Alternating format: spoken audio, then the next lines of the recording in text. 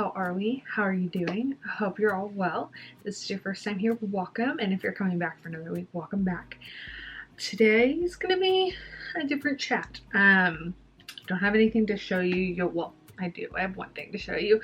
I have my coffee, I have my phone for some notes, and we're gonna kind of sit down and talk through some things that have been going on lately. Some stuff that I kind of want to fill you in on, some stuff that's going to be changing, just a little bit of everything. So let's kind of get into it because we have a lot to talk about. If you are new here, you may have already seen I did an EVERLYWELL test about a year ago. I recently did another EVERLYWELL test with them. They reached out to me and asked if I would be interested in trying a different one of their tests. So I did. I ended up testing out their women's health test, and that's kind of inspired everything that will be coming from this video going forward. So that test kind of inspired everything from here going forward. But before I kind of get into the test, because I do want to break down some things there, I do want to kind of give you a bit of a history. So part of the reason that I wanted to do the women's health test is because I wanted an overall hormone test. I wanted to know what specifically was going on in my body. I've had a lot of best guesses, and I'll kind of talk through that too, but I really wanted to be able to say, this is where my hormones are at, this is where I need to go, how do I make that happen? So I would say I've never really had issues with my hormonal acne or hormones, but that's probably not the case. There's a blog post today on the blog talking all about hormones and my relationship with fertility and everything there. So I'm gonna try to not cross over too much, but I will link that down below if you'd like to read that. But the biggest thing for me is that when I left for college in my first month of college, I had a very sporadic period. It wasn't one of those things where I just didn't have it. It was just pretty on and off for the better part of the first month, and I just got annoyed with it, and I didn't know any better, and I didn't think twice about what was going on with my body, and I just thought, okay, what can I do to fix this? I'm really just tired of having a period all the time or not knowing when it's coming or what's happening with it. So of course, like most girls who don't know or haven't, it's not something they've even thought twice about, I went on the pill. I picked a pill, I went on that one. It worked for me. It was fine. My doctor was always very great at saying, hey, if you need something different, let me know. And that happened at least once. But for the better part of college, I was on the pill and I didn't have any issues. The only reason that I really went on it originally was to deal with my sporadic period. I didn't have any hormonal acne that triggered that for me. At the time I would get breakouts, but they were mostly up here, and I've learned since then that that was really heavily for dairy for me. So going on the pill was mostly about getting my period regulated. So I stayed on the pill for about 5 years, and I don't remember going off of it in college, and I don't think that I did, but I did go off of it when I moved to Atlanta. And I moved to Atlanta in about 2013. So I was on it for about 5 years. I didn't want to transfer my prescription, and I really wanted to kind of migrate myself towards more natural, holistic things in some way. And so I just decided to go off of it. I thought, hopefully I don't need this anymore. I don't see why I would need it. It shouldn't be a big thing. I didn't want to have to deal with it. So I just went off of it. Didn't think twice. And of course, I've known with my body, about 3 months after I've gone off is when things really start to change. And so for the first couple months, it was fine. And then, I hit about that 3rd month mark, and everything had kind of really gotten out of my system, and I started to get hormonal acne. And I did a lot of digging and kind of figured it out on my own. And I already made the appointment to go back on birth control because I figured that's going to solve it. And so I went back on. I saw a dermatologist as well, which confirmed, they pretty much confirmed that I needed to deal with it from a hormone stand. And I said, yeah, I kind of already figured that. I'm going to go back on birth control, and I did. Went back on birth control, and I think I went back on Proactive as well, because those had been the 2 key things that had fixed things before. So did that, was on that for a while. And then I guess sometime in the last 2 years, I decided that I didn't really want to do Proactive anymore. I didn't really think twice about birth control, but I was kind of just over the Proactive. I mean, it bleached my sheets, it bleached everything, so I thought if it's doing that to everything else, I can only imagine what it's doing to my skin. So I kind of took a path off Proactive, and I would still get flare-ups. And then about a year ago, it's been about a full year now, with everything that was going on with my teeth and everything else, I just decided to kind of come off of it. I realized at one point that I was still getting breakouts, so I switched birth control because I thought my body's kind of adjusted to this one. If I'm still getting breakouts in between everything, like clearly it's not working for me. So I switched and stayed with that one for a little bit, and then inevitably was just like, you know what? Like, if I really want to live this holistic lifestyle, if I really want to go this path, I really need to like take a full-on approach to dealing with the problem rather than putting a band-aid on it. And so about the time I think I started watching Sarah from Sarah Say, her YouTube channel, and I started really kind of digging into that side of everything. So I kind of wanted to take that approach, and I don't think it really flared back up again for me. I thought I was good. And then things started happening again, you know, at the beginning of this year once I hit the like 3-month mark again. So I thought, okay, I've got to figure this out. I've got to figure out what to do. Apologies, guys. My dog can open the door. So I knew that I had hormonal acne. I know that I've had it for a while.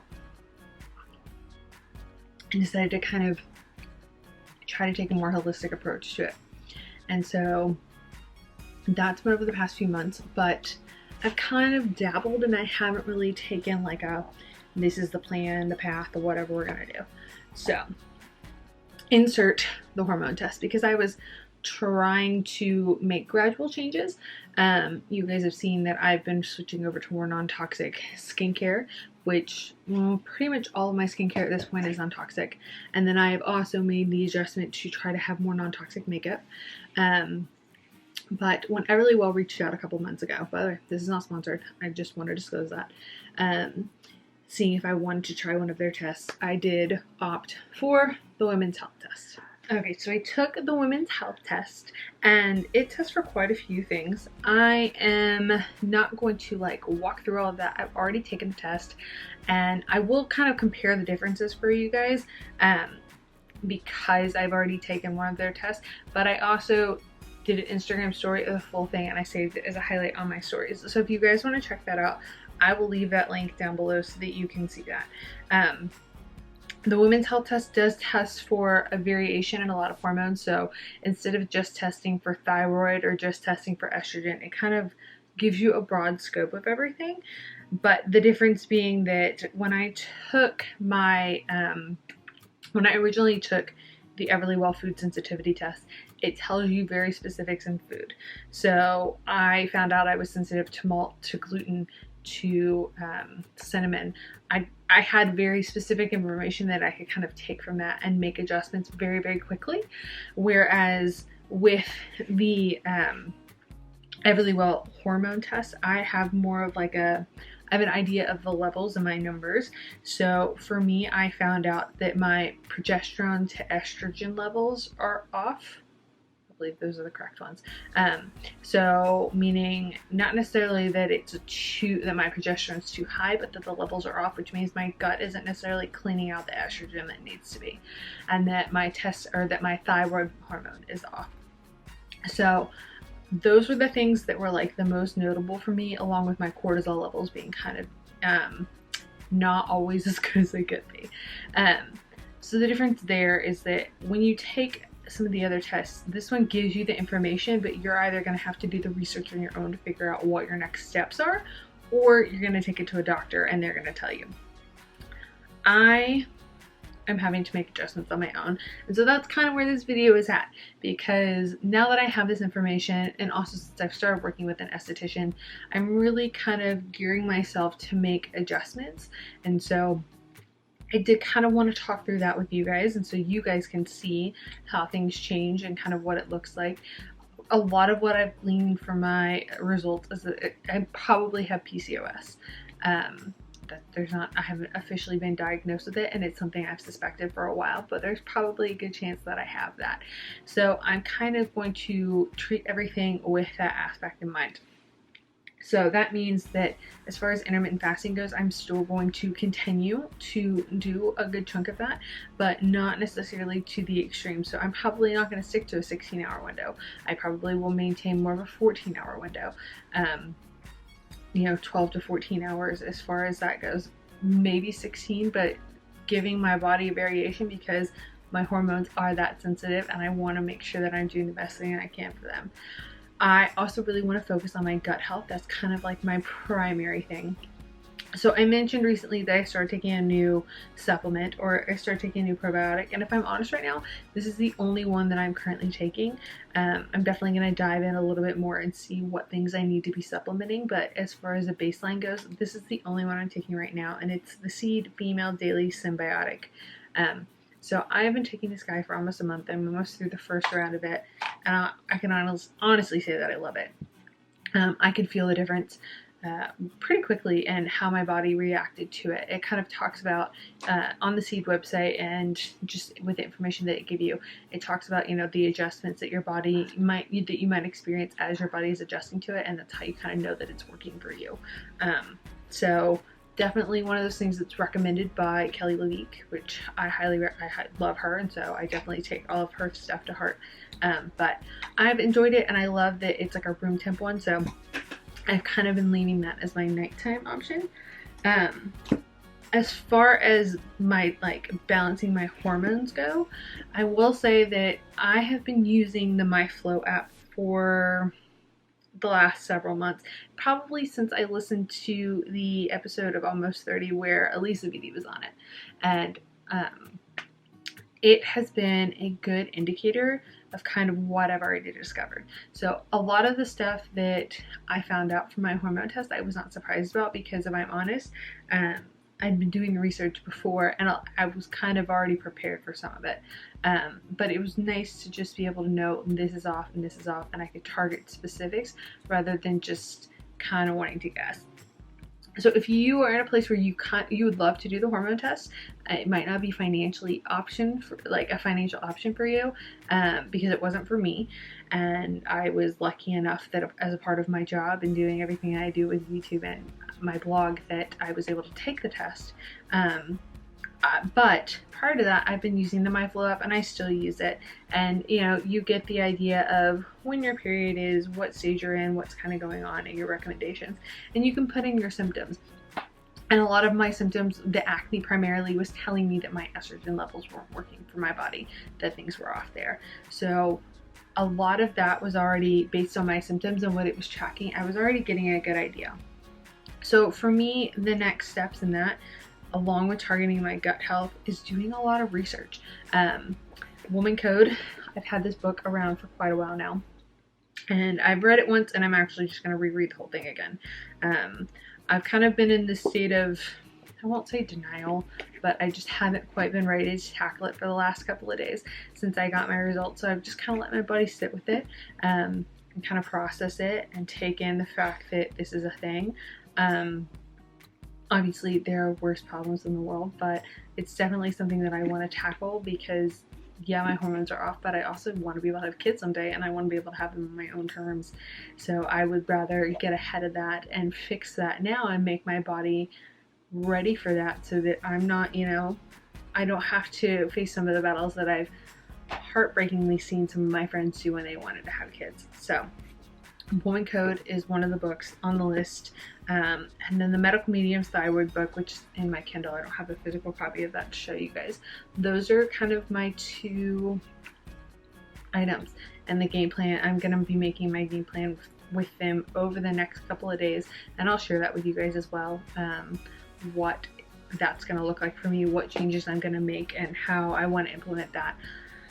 I'm sure there will be some lifestyle changes. I definitely want to continue to keep with my non-toxic makeup. That's definitely a thing. I want to kind of tackle it from all sides. So making sure that I'm doing workouts that are best for my body and kind of cycle syncing, making sure that, you know, I'm feeding my body everything that I need. That means I'm probably going to be cutting back on caffeine in a way that I haven't in a while. I'm drinking a cup of coffee right now.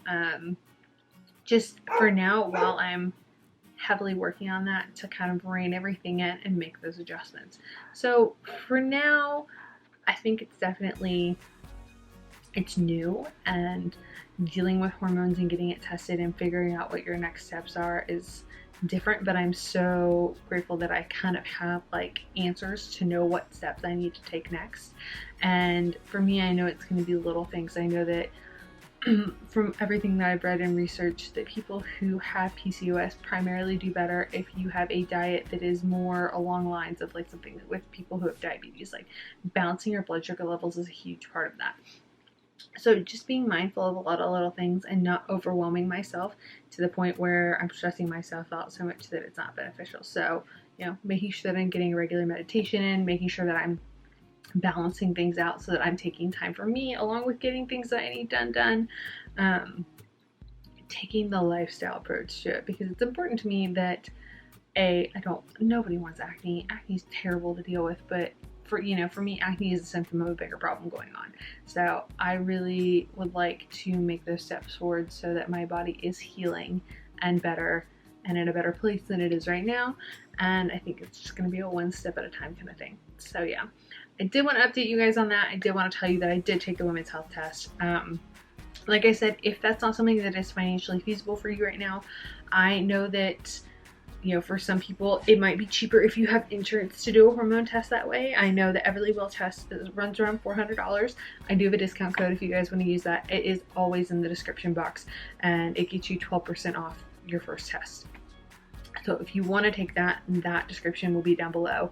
The biggest difference between the two tests as far as the food sensitivity test goes in this one is that with the women's health test, it is over the span of a month for the most part.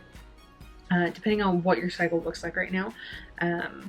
I had to do part of it right at the very beginning of my cycle and then part of it later. There is a blood and saliva test involved in that. But if you aren't already tracking your period, I would recommend starting there at the very least if you are seeking medical help. But using the Flo App is super, super helpful just in kind of knowing what's going on so that you can see the changes. I can record this sometimes. It does give me different suggestions, and I'm really going to try to make the effort to cycle sync in a way where I'm working out with what's best and like functioning and what's best with where I am in my cycle. But I don't want to neglect what I feel like my body is telling me, because first and foremost, I need to do that. So yeah, that is my long-winded rambly bits for today, all things hormone and where we're at. So you guys are on the same page. You know that now I have answers to what is going on with my hormonal acne. I have kind of seen the different flow there, and I definitely thought I had a better handle on it than I do. But I'm glad that I have that knowledge now, and I can make those changes and I can make those adjustments, and hopefully everything that I can do naturally to kind of cure myself, I can, you know, encourage you guys to make those changes as well. I definitely have learned a lot. It's been a year since I've been off birth control, so I'm glad that I've taken it now, and I've really kind of given my body that chance, and hopefully every step that I take forward, every small thing, you know, will eventually get me there. I think it's just, you know, the struggle that when you're making these adjustments and making these changes, they don't happen overnight. So, yep. That is all I have for you guys. I hope you guys enjoyed this video. I know that it's a long-winded, rambling one. We're definitely getting a bit personal here, but I will be continuing to chat with you guys about hormones and hormone health and just kind of taking charge of that. And make sure you go read today's blog post all about why I'm taking charge of my fertility before I want to have kids. And yeah, I love you guys. You matter to me. Thank you so much for hanging out, and I will see you all in my next video, which will probably be on Wednesday.